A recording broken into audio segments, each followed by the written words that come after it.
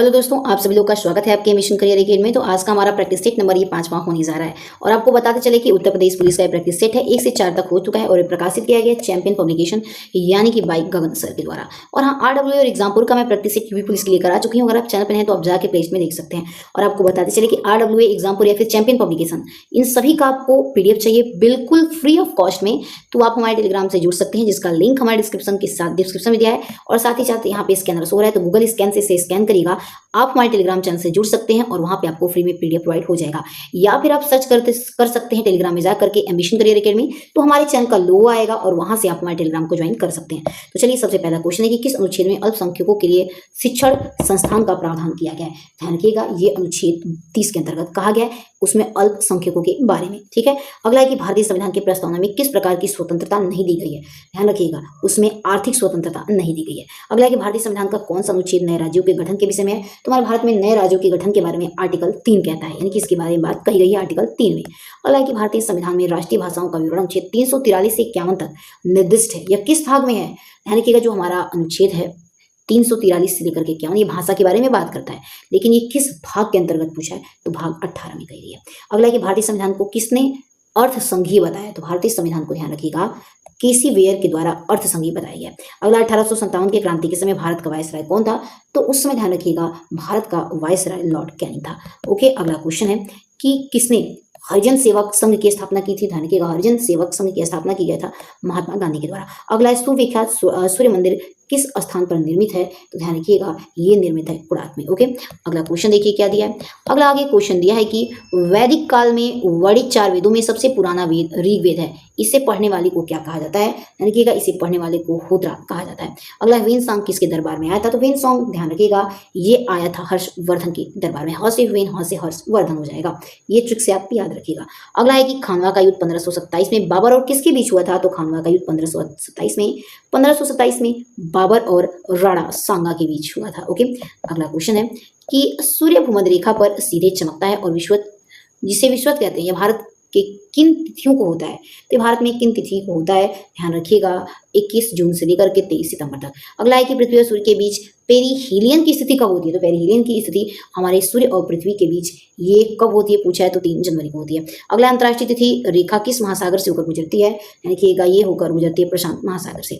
अगला क्वेश्चन है कि पृथ्वी की स्थिति को प्रदर्शन करने के लिए काल्पनिक रेखाओं को दर्शाया जाता है, जिसे अक्षांश व देशांतर कहते हैं। इसमें अक्षांश की संख्याएं कितनी होती है। तो इसमें अक्षांश की संख्या 181 होती है। ओके, अगला क्वेश्चन है कि मानव शरीर में क्रोमोसोम्स कितने होते हैं। तो टोटल, ध्यान रखिएगा, 46 होते हैं। 23 जुड़ा होता है, तो जोड़ेंगे तो क्या हो जाएगा, 46 हो जाएगा।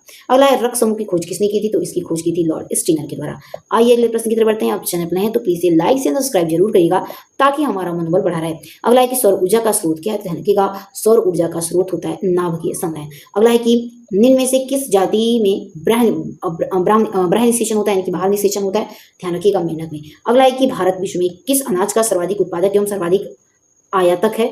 ध्यान रखिएगा, ऑप्शन नंबर 1 करेक्ट हो जाएगा, दाल। ओके, अगला क्वेश्चन है कि आर्थिक वृद्धि समानता किसके साथ संबंधित होती है। ध्यान रखिएगा, ये संबंधित है मुद्रास्फीति से। अगला, निम्नलिखित में से किसे नोबेल पुरस्कार 2 बार मिला है। ध्यान रखिएगा, नोबेल पुरस्कार 2 बार जॉन बार्डीन को दिया गया। अगला क्वेश्चन है कि कौन से रंग का झंडा दुश्मन द्वारा आत्मसमर्पण के समय प्रयोग में लाया जाता है। ध्यान रखिएगा, ऑप्शन नंबर सी करेक्ट हो जाएगा, सफेद। अगला है कि भारतीय अंतरिक्ष अनुसंधान संगठन का मुख्यालय कहाँ स्थित है। तो इसका मुख्यालय, ध्यान रखिएगा, बेंगलोर में स्थित है। ऑप्शन नंबर बी करेक्ट हो जाएगा। आइए अगले प्रश्न की तरफ बढ़ते हैं। अगला क्वेश्चन है कि किस भारतीय ने अर्थशास्त्र में नोबेल मेमोरियल पुरस्कार जीता है। तो नोबेल मेमोरियल पुरस्कार किस भारतीय के द्वारा जीता गया, सीधा सीधा ये पूछा जा रहा है। तो ये जीता गया अमर्त्य सेन के द्वारा। अगला है कि भारत में बहादुरी का सर्वोच्च पुरस्कार निम्नलिखित में से कौन सा होता है। तो भारत में बहादुरी का सर्वोच्च पुरस्कार परमवीर चक्र होता है।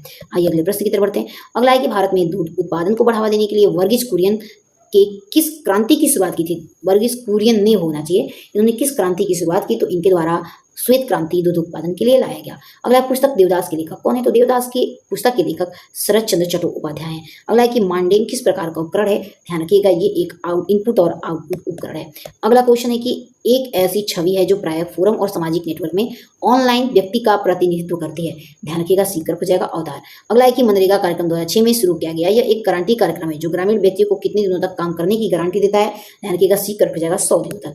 अगला क्वेश्चन है कि एजी टॉन्सले निम्नलिखित में से किसके प्रणेता या फिर रचयिता है। तो एजी टॉन्सले हैं, ध्यान रखिएगा, परिस्थितिकी तंत्र का, यानी इकोसिस्टम के क्या है, प्रणेता या फिर रचयिता है। अगला क्वेश्चन है कि भारत का सबसे पुराना राष्ट्रीय उद्यान जिम कॉर्बेट राष्ट्रीय उद्यान ये किस राज्य में है? तो उत्तराखंड राज्य में है। ओके, आइए अगले प्रश्न की तरफ बढ़ते हैं। अगला क्वेश्चन है कि नटवरी नृत्य उत्तर प्रदेश के किस क्षेत्र में मनाते हैं? तो नटवरी मनाया जाता है पूर्वांचल में। अगला, उत्तर प्रदेश में कुल कितने मंडल हैं? ध्यान रखिएगा, हमारे यूपी में कुल 18 मंडल है। अगला है कि हाल ही में वर्ल्ड सोशल रिपोर्ट 2025 किसके द्वारा जारी किया गया? तो वर्ल्ड सोशल रिपोर्ट 2025 ये ध्यान रखिएगा जारी किया गया यूनाइटेड नेशन के द्वारा। ओके, आइए अब हम अगले प्रश्न की तरफ बढ़ते हैं। अगला क्वेश्चन क्या दिया देखते हैं। अगर चैनल पर हैं तो प्लीज लाइक से सब्सक्राइब भर भर के जरूर करिएगा, क्योंकि बहुत मेहनत लगती है दोस्तों एक वीडियो बनाने में। अगला क्वेश्चन है कि पहला एशियाई खेल कहाँ आयोजित होता है? तो पहला एशियाई खेल आप ध्यान रखिएगा, इसमें पूछा जा रहा है कि कहाँ पर आयोजित किया जाता है। ध्यान रखिएगा, पहला एशियाई खेल कहाँ पर आयोजित किया जाता है? ऑप्शन नंबर सी करेक्ट हो जाएगा इसमें, भारत में। पहला कहाँ हुआ था पूछा है तो भारत में। अगला कि संविधान लागू होते समय कुल कितनी अनुसूचियां थी? तो उसमें मैंने बताया कि संविधान जब लागू हुआ तो कुल अनुसूचियों की संख्या कितनी थी? तो एक करेक्ट हो जाएगा 12। ओके, ध्यान रखिएगा, संविधान लागू होते समय कुल अनुसूचियां इसमें 8 थी, बाद में 12 हो गई। इसमें देखिए क्वेश्चन पूछने का इसमें तरीका थोड़ा सा अलग दे दिया है। ओके, तो ये आप ध्यान रखिएगा, पहले क्या थी? 8 थी और अब इस समय कितनी है? तो 12 है। ध्यान रखिएगा। अगला क्वेश्चन देख लेते हैं आगे। अगला क्वेश्चन क्या दिया है देखिए, यहां से हमारी हिंदी के प्रश्न स्टार्ट हो रहे हैं। देखिए, अगला है कि दो निकटवर्ती वर्डियों के परस्पर मेल से जो परिवर्तन होता है उसे क्या कहते हैं? ध्यान रखिएगा, उसे हम संधि कहते हैं। अगला है कि मतैक्य किस संधि का उदाहरण है? तो मतैक्य ध्यान रखिएगा ये वृद्धि संधि। ध्यान रखिएगा, मतैक्य पूछा है ना, रुकिए एक मिनट, मतैक्य हाँ ये वृद्धि संधि का उदाहरण हो जाएगा। अगला है कि अनुरूप में कौन सा समास होता है? ध्यान रखिएगा, अनुरूप में ध्यान रखिएगा अभिभाव है। अगला, उज्ज्वल का सही संधि विच्छेद क्या होगा? तो उज्ज्वल का सही संधि विच्छेद पूछा है, तो उज्ज्वल का सही संधि विच्छेद उत प्लस ज्वल हो जाएगा। ऑप्शन नंबर 1 करेक्ट हो जाएगा। अगला है कि निम्नलिखित में से कौन सा स्त्रीलिंग है? तो कुंडली स्त्रीलिंग है। अगला है कि ध्यानमग्न में कौन सा समास है? ध्यानमग्न में ध्यान रखिएगा तत्पुरुष है। अगला है सभ्य भावना शब्द में कौन सा समास है? ध्यान रखिएगा कर्मधारय समास हो जाएगा। आइए अगले प्रश्न की तरफ बढ़ते हैं। अगला प्रश्न है कि अष्टाध्यायी शब्द में कौन सा समास है? तो अष्टाध्यायी में ध्यान रखिएगा द्विगु समास है। अगला, उत्थान शब्द में कौन सा समास है? तो उत्थान में हमारा उत और इसमें हलंत लगा नीचे वो हमारा उपसर्ग हो जाएगा उत। ओके, अगला, निम्नलिखित में से कौन सा शब्द विशेषण है? तो विशेषण का शब्द हमारा ध्यान रखिएगा आग्नेय हो जाएगा। अगला, इनमें से अग्रखा शब्द क्या है? तो अग्रखा शब्द हमारा ध्यान रखिएगा डी करेक्ट हो जाएगा तत्व। अगला है कि संश्लेषण का विलोम शब्द क्या होगा? तो संश्लेषण का विलोम शब्द विश्लेषण हो जाता है। अगला क्वेश्चन है कि अनुरक्त शब्द का विलोम क्या होगा? तो अनुरक्त का विलोम शब्द ध्यान रखिएगा विरक्त हो जाएगा। अगला, निम्नलिखित में से 4 विकल्पों में से उस चयन का विकल्प करें जो दिए गए शब्द उनके अर्थ का अच्छा रद्द और रद्द का अर्थ पूछा है। ध्यान रखिएगा, रद्द और रक्ष का अर्थ, रद्द का दांत हो जाएगा और रद्द का दांत और रद्द का खराब हो जाएगा। ऑप्शन नंबर इसमें बी, यानी कि आपने सब रद्द कर दिया तो सब खराब कर दिया, ये पीछे वाला हो जाएगा। ठीक है, ऑप्शन नंबर बी करेक्ट कर लीजिए। आइए आगे हमारा का ध्यान से, तो प्लीज दोस्तों इसे आप पढ़ लीजिएगा, मैं डायरेक्ट अब आंसर की तरफ पढ़ती हूँ। ओके, इसका मतलब प्रश्न देखेंगे, देखिए पढ़ लीजिएगा एक बार, डायरेक्ट आंसर की तरफ बढ़ते हैं। देखिए क्वेश्चन है कि विज्ञान मानव की सबसे बड़ी शक्ति इसलिए कही गई है क्योंकि इसके बल से मनुष्य क्या होता है? इसके बल से ध्यान रखिएगा मनुष्य प्राकृतिक और प्राणी जगत का सिरमौर है। अगला है कि वैज्ञानिक चिंतन पद्धति ने मनुष्य का सबसे बड़ा उपकार यह किया है कि उसे किससे मुक्ति मिली है? ध्यान रखिएगा, तो मनुष्य को किससे मुक्ति मिल गई है? तो उसी करेक्ट हो जाएगा भ्रमपूर्ण रूढ़िवादी विचारधाराओं से। ठीक है, अगला, विश्व के परिवारक लगने का मुख्य कारण क्या है? तो इसका कारण है यातायात संचार साधनों का विकास। अगला है कि हस्तमलक शब्द से अभिप्रेत क्या है? तो हस्तमलक शब्द से अभी क्या अभिप्राय पूछा है? तो ऑप्शन नंबर ध्यान रखिएगा डी करेक्ट हो जाएगा, यानी कि अस्पष्ट और अनायास बोधगम्य है। आइए अगले प्रश्न की तरफ बढ़ते हैं। अगला है कि वैज्ञानिक चिंतन पदबंध से क्या आशय है? तो इसका आशय होता है स्वास्थ्य एवं संतुलन चिंतन है। अगला, हिमाद्री तुंग श्रृंग से प्रबद्ध सुध भारती स्वयं प्रभा समुज्ज्वला स्वतंत्रता फुरकाती उक्त पंक्ति में कौन सा रस है? ध्यान रखिएगा, इसमें रस हमारा बी करेक्ट हो जाएगा वीर। अगला है कि अब लो नसारी अब न सह हो, इसमें कौन सा रस है? ध्यान रखिएगा, इसमें हमारा शांत रस है। नेक्स्ट क्वेश्चन है कि बना लो जहां ही वहीं स्वर्ग होगा, स्वयंभूत थोड़ा कहीं स्वर्ग होगा, खलों को कहीं भी नहीं स्वर्ग होगा, भले के लिए यही स्वर्ग होगा, में कौन सा छंद है? ध्यान रखिएगा, इसमें भुजंग प्रयाग छंद का उपयोग किया गया है। अगला, अलंकार के मुख्यतः कितने भेद हैं और कौन से माने जाते हैं? ध्यान रखिएगा, इसके शब्दालंकार, अर्थालंकार, उभयालंकार भेद जो कि ये माने जाते हैं। अगला है कि निष्काम शब्द में उपसर्ग क्या है? तो निष्काम शब्द में हमारा उपसर्ग का प्रयोग किया गया। अगला है शीतल शब्द का संधि विच्छेद करने पर प्रत्यय के रूप में क्या प्राप्त होगा? तो शीतल का आप जब भी संधि विच्छेद ध्यान रखिएगा विच्छेद करेंगे, संधि विच्छेद करेंगे तो इसमें प्रत्यय के रूप में ध्यान रखिएगा ल आ जाएगा, ल, ऑप्शन सी करेक्ट हो जाएगा।